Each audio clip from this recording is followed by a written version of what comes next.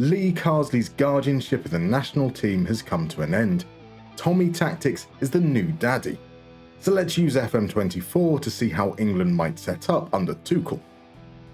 Tuchel has a reputation for being adaptable, willing to change to the strengths and needs of his teams, but is he really as pragmatic as some make out? Tuchel himself would disagree. My philosophy is an aesthetic one. Aesthetic means control the ball, the rhythm, to attack in every minute and to try to score as many goals as possible. His philosophy is actually pretty static. There are certain beats he expects his team to hit both in and out of possession. How they achieve that is why he is often seen as pragmatic, deploying multiple formations with different players responsible for hitting those beats. We're going to focus mainly on his time at Mainz, Borussia Dortmund and Chelsea.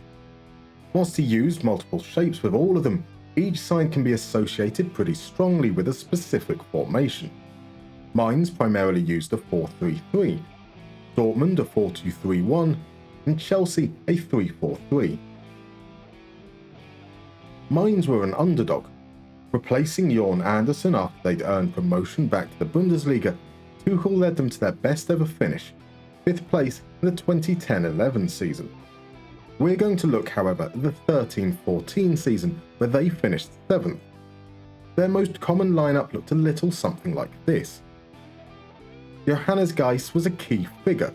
Signed that summer to help give Mainz a little bit of that control Tuchel so covets, Geis would often drop into the defensive line, either splitting the centre-backs or picking up spaces on the sides. This allowed the full-backs to push up, but not too aggressively. They wouldn't commit too high, but rather be in position to situationally provide overlaps. The midfield was industrious, winning the ball back and often moving laterally to help create overloads in the half spaces and flanks, helping create those opportunities for the aforementioned overlaps. Up front, Müller and Choupo-Moting flanked Shinji Okazaki. The wide forwards were expected to get close to Okazaki who, despite finishing as top scorer with 15 goals, was often used as a facilitator. When Tuchel took over from Jurgen Klopp at Dortmund, they just finished 7th. His first season, 2015-16, Tuchel steered them to 2nd place, albeit 10 points behind perpetual champions Bayern Munich. Here, Tuchel most often deployed a 4-2-3-1 that looked a little like this. Again, you would see a midfielder dropping into the defensive line in initial build-up, more often than not Julian Weigl. And again, this would release the fullbacks to push higher. Schmelzer in particular would often release early, and given Dortmund's relative strength against most opposition, would be far more aggressive than his Mainz counterpart. Once possession was established in the opposition half, Hummels would have license to step up, leaving Socrates as the lone rest defender. Once again, we saw the wide forwards, Mkhitaryan and Royce, expected to get close to the striker. With Kagawa allowed to drift and Hummels stepping up, this generated overloads in the half spaces, either creating overlaps out wide or in behind for Aubameyang to score one of his 39 goals that season. Succeeding Frank Lampard, Tuchel guided Chelsea to Champions League glory mere months into his tenure. He only had one full season at the helm though, the following 21-22 season, where Chelsea finished 3rd in the league. Here Tuchel often deployed a 3-4-3 that looked a little like this. Now you may be forgiven for expecting, with 3 already in that first line, that Tuchel wouldn't need a midfielder to drop deep during initial phases. You'd be wrong.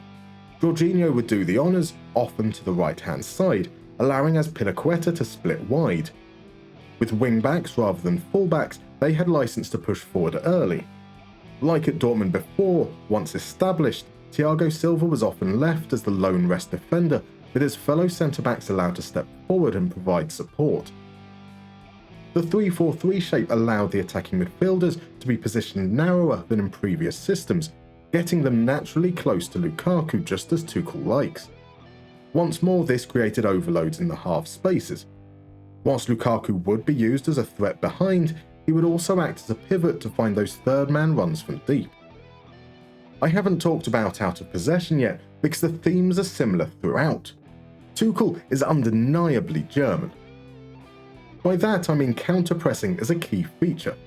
The desire to flood the half spaces and central areas often meant that players were in a good position to launch a counter-press. When a counter-press isn't viable, Tuchel still likes his teams to press high and hold a high line, specifically funneling play out into wide areas where the touchline can be used as an extra defender. Very generally speaking, when the ball reaches the fullback, one of two things happen. Either this is a trigger to press. The forward players will look to swarm, whilst passing options on that side will be marked tightly, in the hope that the fullback has to clear the ball. Or a passing lane is open to the winger on that side, by applying pressure from the side and marking up the deeper options. Once that pass is made, the intense press is performed on the receiving winger, looking to either win the ball back or force it out of play for a throw-in. If the press is bypassed, then a Tuchel defence is similar to every other defence out there. It's narrow, it's compact. The one surprising element perhaps can be seen in the 3-4-3, where Rudiger would have license to step up and engage as long as the wingbacks had dropped into the defensive line. So with that all in mind, what is Tuchel's philosophy? Tuchel likes attacking, possession-based football. He likes to overload the half spaces. He likes a midfielder who drops deep during initial build-up. His fullbacks or wingbacks are expected to provide width, they do not invert. In possession, his front line is narrow. Out of possession, he wants to show the opposition out wide and is aggressive when it comes to pressing. The exact setup will depend on the players at his disposal. So let's fast forward to the 2026 World Cup and take a look at who might make the squad, at least according to FM. Now I should add a disclaimer here. We're going to be taking a look at performance data, so if a player didn't get much game time, for whatever reason, then they won't be under consideration. Notable omissions due to lack of games or injuries include Trent Alexander-Arnold, Marcus Rashford, and Jack Grealish. Let's quickly run through the unsurprising inclusions. Players who have a wealth of international experience or are already kind of established as England players. Jordan Pickford, Nick Pope, and Aaron Ramsdale are pretty much in by default. There are no other English goalkeepers playing regularly at a high level. Pickford is the only one with a positive XG prevented per 90 and is the most effective at sweeping up loose balls. Fikayo Tomori is England's best tackler, winning 82% of his ground duels and the most progressive with 6.26 per 90. Ezri Konsa is England's second best tackler, winning 78% of his ground duels and the safest on the ball, losing possession only 3.59 times per game. John Stones offers aerial dominance the others don't, winning 75% of his headers and also a capable carrier of the ball with 1.02 dribbles. Reece James is the biggest beneficiary of Trent's injury, in the 95th percentile for progressive passes and possession lost. And injury-free Luke Shaw is incredible, 0.18 expected assists, 0.17 goals, and above the 50th percentile for everything. Ben Chilwell is not far behind, less attacking output but still an all-round contributor. Declan Rice creeps into the fold. His 74% tackle win rate is good amongst defensive midfielders and in the 75th percentile for progressive passes. Jude Bellingham's goal-scoring exploits can't be ignored, 95th percentile for goals whilst not being careless with the ball. Phil Foden's in the same percentile for goals but scores 0.12 fewer than Bellingham. He also provides more expected assists and completes more dribbles. Bukayo Saka benefits from performing well in qualifying. For Arsenal, his form has dropped off this season, but for us he scored 7 and assisted 5 in 11 games. Ollie Watkins benefits from a real dearth of attacking options. His 0.33 goals per 90 is far from impressive, but the pickings were slim. So it's good that Ivan Toney picked up form in the last few months. He scored just 1 goal in his first 15 games, 18 in his final 29. A creator as well as a goal scorer. Not as creative as Harry Kane though, who sits in the 95th percentile for both expected assists and goals. He remains England's best striker. That is, of course, 16 players. there are 10 more who made the final World Cup squad, some more surprising than others. Jarrad Branthwaite, for example, is not that surprising. His 89% header win rate makes him stand head and shoulders above everyone else, whilst in the 65th percentile for dribbles, he can help break the lines through carrying. Jacob Greaves, on the other hand, is definitely a shock. His 78% header win rate is second amongst England defenders. His 77% tackle win rate is good enough for third. Fewer passes completed and more possession won is indicative of a player used to absorbing pressure. A third left-back, Rico Henry, is quite possibly our starter. Like Saka, his Brentford season has been a drop-off, but he earned a spot during qualification and was sensational, laying on 5 assists in 6 games. All 3 left-backs are a little injury-prone, so the more, the better. Archie Gray has a very similar profile to Declan Rice, but better. While still at Leeds in the default database, they are now in the Premier League, so there's no asterisk to put next to his 95th percentile for progressive passes or 75th possession lost. One of my favourites, Adam Wharton, also makes the cut.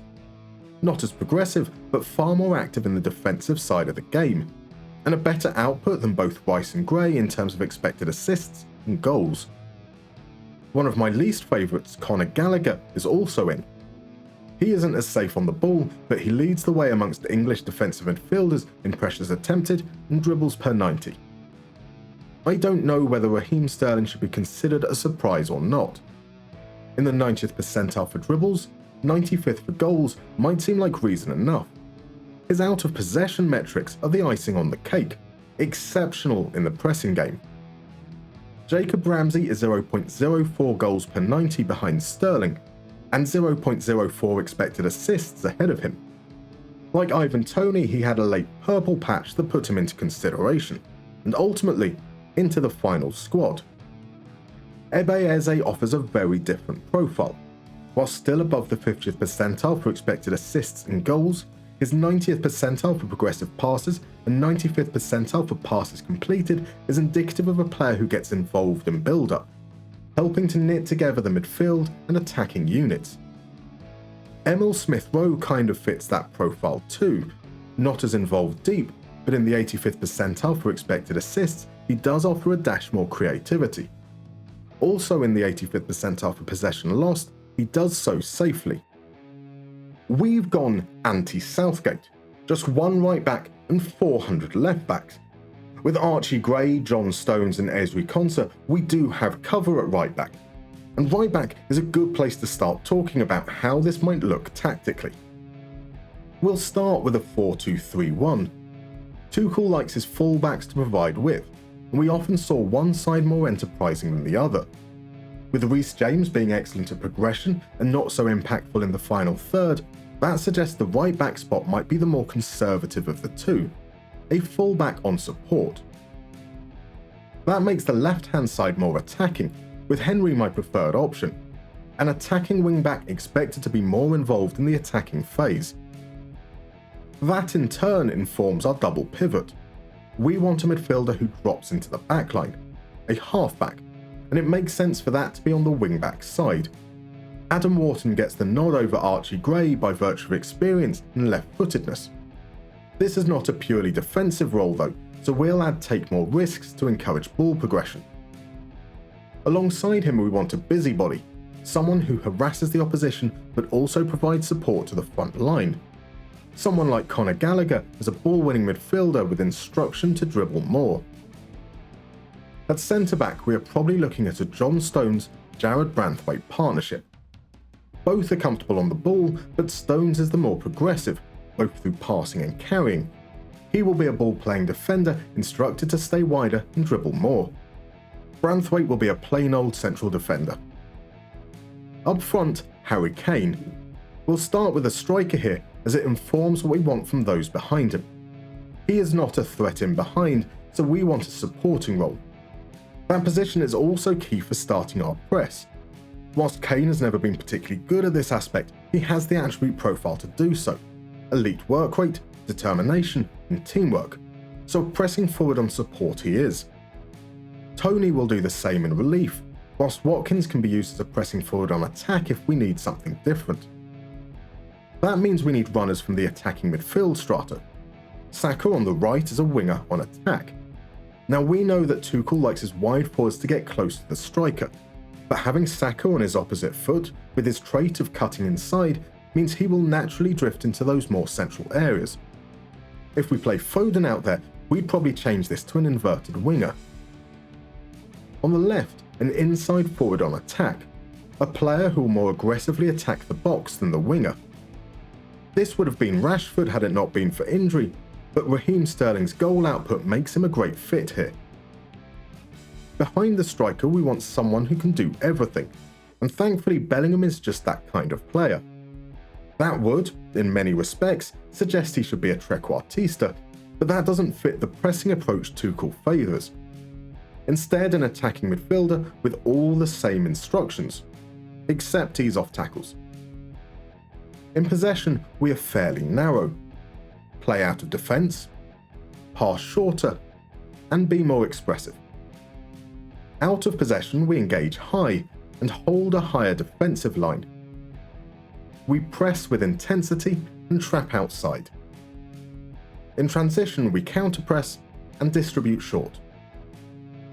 Whilst we've used a 4-2-3-1 as it's probably the best fit for the squad at our disposal, we can achieve the same thing out of a 4-3-3 or 3-4-2-1. All tactics are linked in the description. Now to the fun bit, opposition instructions.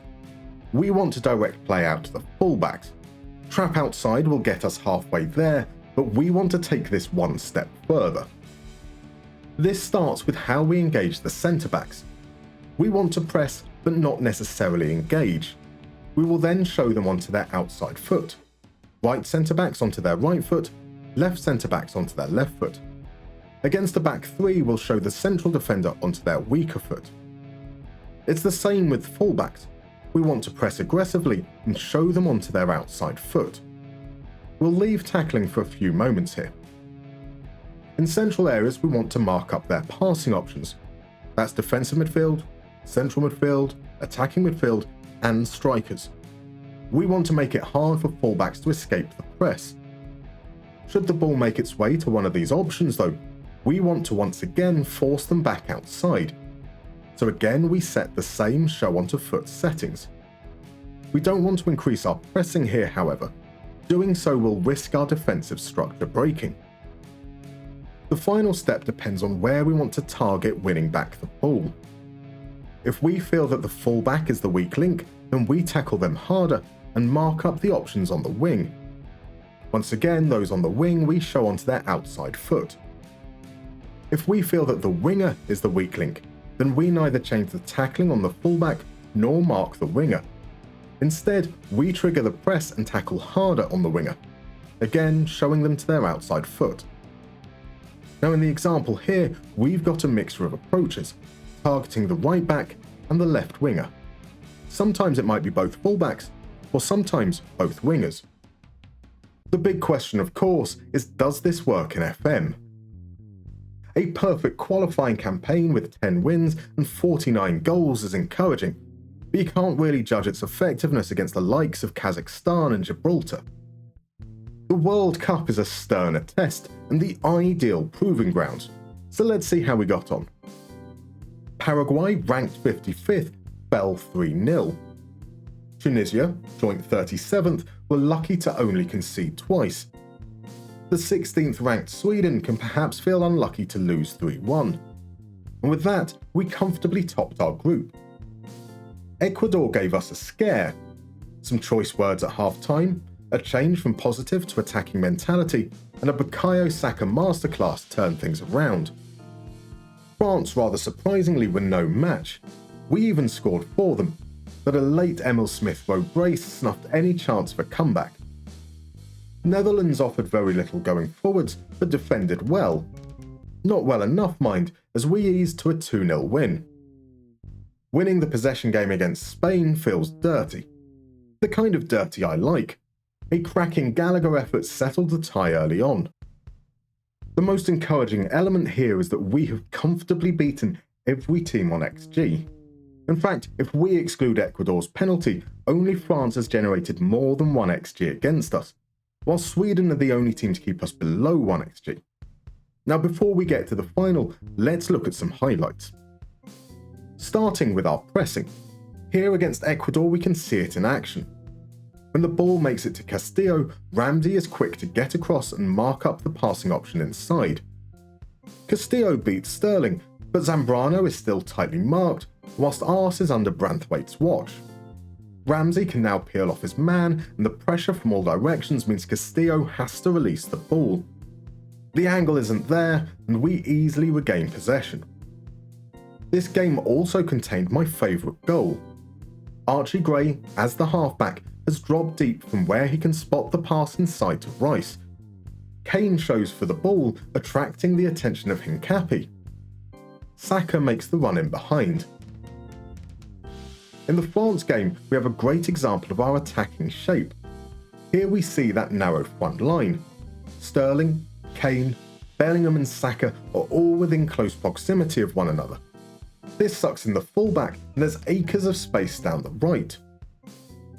From here, James is easily able to find Saka, who can now make use of that space. When the cross comes in, we have 3 players inside the 6-yard box.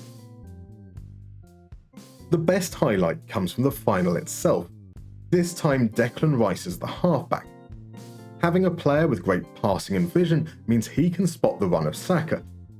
Once again, as the cross comes in, we have 3 players in very dangerous areas.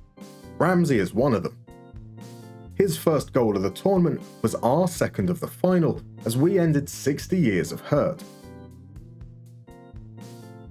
Of course, FM and real life are 2 very different things, but I think we can safely say this approach can be successful. An England side beating those teams around them is a refreshing change. If you like this video, please consider leaving a like or maybe even subscribing. If you want to support the channel further, there is now a Patreon linked in the description below.